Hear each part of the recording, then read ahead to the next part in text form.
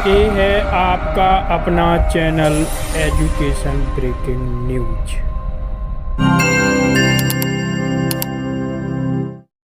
नमस्कार साथियों, आज हम सीखेंगे दीक्षा ऐप्स एवं दीक्षा कोर्सेस ऐप में लॉगिन कैसे करें, कोर्स को सर्च और ज्वाइन कैसे करेंगे। तो सबसे पहले आपको जो पुराना दीक्षा ऐप्स है उसमें लॉगिन करना होगा।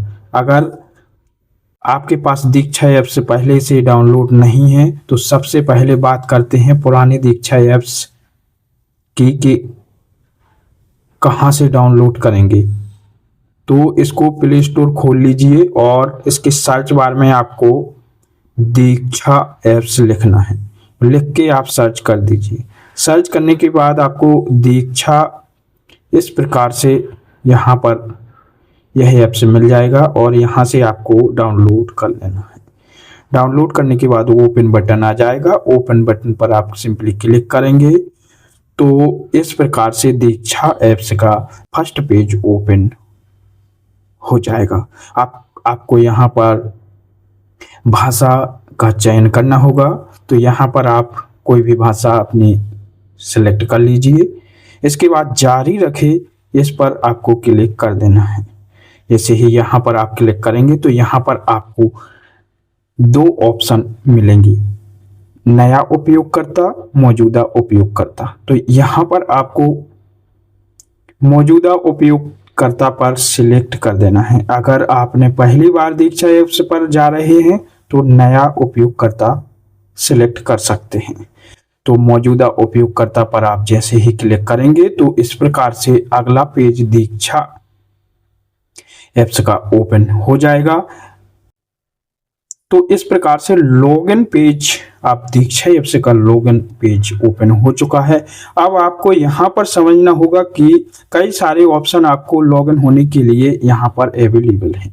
अब आपको यहाँ पर अपने स्टेट सिस्टम से लॉगिन विद स्टेट सिस्टम से करना होगा, क्योंकि स्टेट सिस्टम से आपका जो एजुकेशन डिपार्टमेंट में डेटा फीड है वही आपके यूनिक आईडी और पासवर्ड से डेटा यहाँ डिटेक्ट कर लेगा।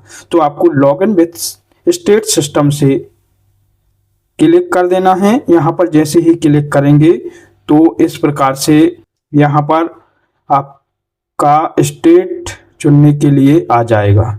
तो यहाँ पर आपको अपना state Madhya Pradesh teacher select कर लेना है और सबमिट पर आप जैसे ही क्लिक करेंगे तो इस प्रकार से login Diksha from Madhya Pradesh school education portal, यानी यह डेटा अब स्कूल एजुकेशन पोर्टल से कनेक्ट है। और यहाँ पर आपको अपनी यूनिक आईडी और अपना एम शिक्षा मित्र वाला पासवर्ड फिल कर देना है और रिमेंबर मी पर आप टिक कर देंगे। इससे क्या होगा कि आपका जो पासवर्ड है वो दीक्षा ऐप्स में सेव हो जाएगा। अब आप जैसे ही लॉगिन पर क्लिक करते हैं तो इस प्रकार से अगला पेज दीक्षा ऐप्स का ओपन हो रहा है।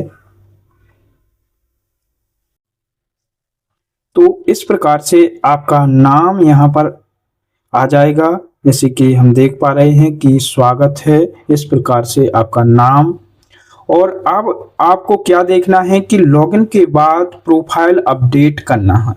तो प्रोफाइल अपडेट कैसे करनी होगी? प्रोफाइल अगर आपकी पहले से अपडेट है तो आपको पुनः अपडेट करने की कोई ज़रूरत नहीं।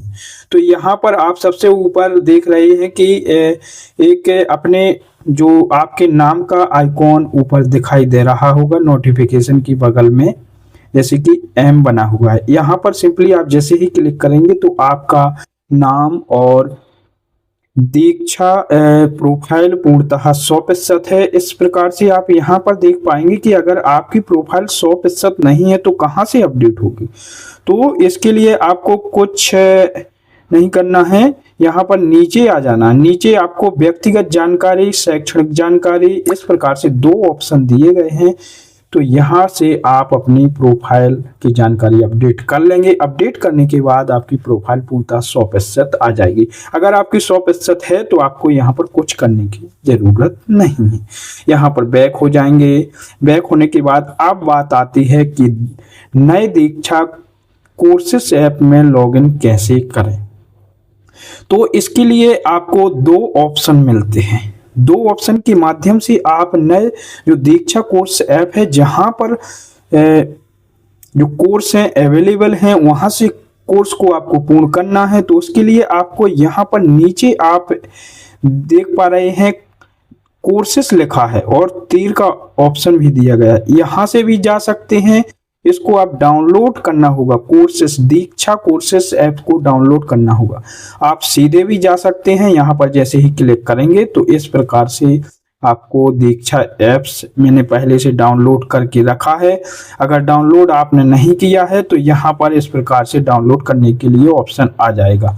और सिंपली आपको अगर यहाँ से डाउनलोड नहीं हो पाता है तो आप सीधे प्ले स्टोर जाइए। प्ले स्टोर में आप जैसे ही दीक्षा ऐप्स सर्च किया था उसके नीचे आपको यहाँ पर आप देख पा रहे हैं कि दीक्षा कोर्स का ऐप्स दिया गया है। जी पहले से मैंने इंस्टॉल कर लिया है इसलिए यहाँ पर इंस्टॉल लिखा हुआ आ रहा है। आपको यहाँ से डाउनलोड कर लेना है।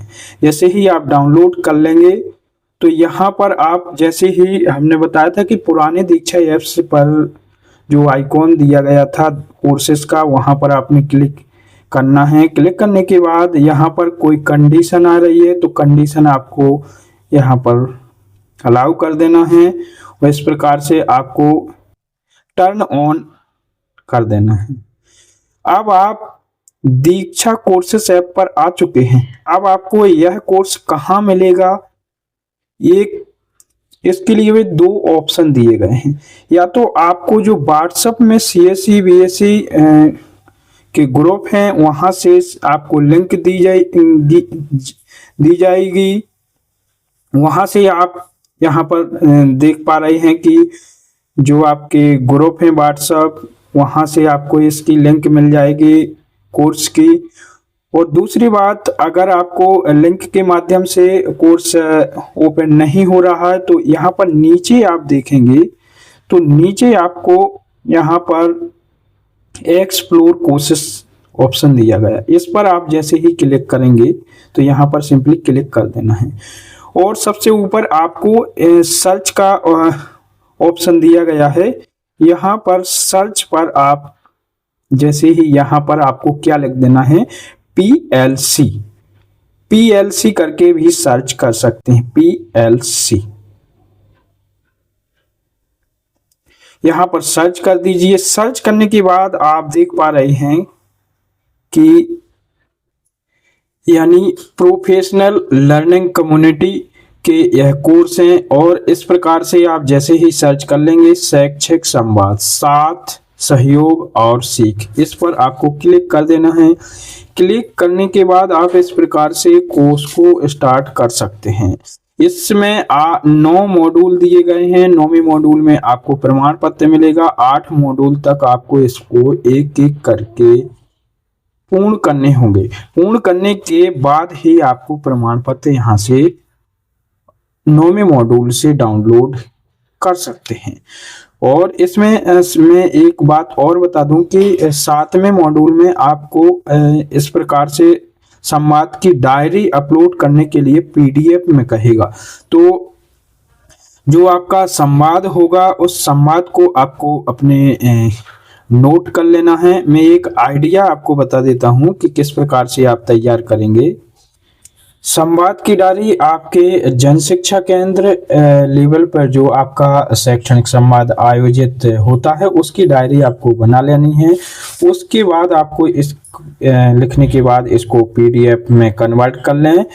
PDF पर कन्वर्ट करने के बाद आपको यहाँ पर जो 7वां मॉड्यूल दिया गया है इस प्रकार से संवाद की डायरी PDF लिखा है। PDF में आपको जैसे ही ये स्टेप आपके ये पूरे ऊपर के कंप्लीट हो जाएंगे इसके बाद यहाँ पर संवाद की डायरी आप PDF में अपलोड कर देना है। इसके बाद ही आपका 7वां जो मॉड्यूल है वो पूर्ण हो पाएगा। फिर आपको 8वां कर लेना है पोस्ट टेस्ट और के साथ इसके बाद आपका 9वें मॉड्यूल में प्रमाण पत्र डाउनलोड कर आप इस शैक्षणिक संवाद साथ सहयोग और सीख वाले प्रशिक्षण को पूर्ण कर सर्टिफिकेट प्राप्त कर सकते हैं। आशा है यह जानकारी अच्छी लगी होगी। वीडियो थोड़ा लंबा हो गया है, लेकिन जानकारी को मैंने विस्तृत बताने की कोशिश की है। और अगर कोई इसमें समस्या आपको जा रही है लॉगिन से संबंधित, कोर्स सर्च करने से संबंधित, तो हमें आप कमेंट कर बताइए कि क्या समस्या, हम उसको ठीक करने की कोशिश करते हैं। मिलते हैं नेक्स्ट इसी प्रकार की नई जानकारी के लिए। हमारे वीडियो को आप ज़्यादा से ज़्यादा शेयर करें और लाइक करें और कमेंट कर हमें बताएं कि आपको इसमें क्या अच्छा लगा। और अभी तक अगर आपने हमारे चैनल को सब्सक्राइब नहीं किया है तो सब्सक्राइब कर लें, साथ ही बेल आइकन भी प्रेस कर ऑल सेलेक्ट कर लें, ताकि इसी प्रकार के आने वाले नए वीडियो का नोटिफिकेशन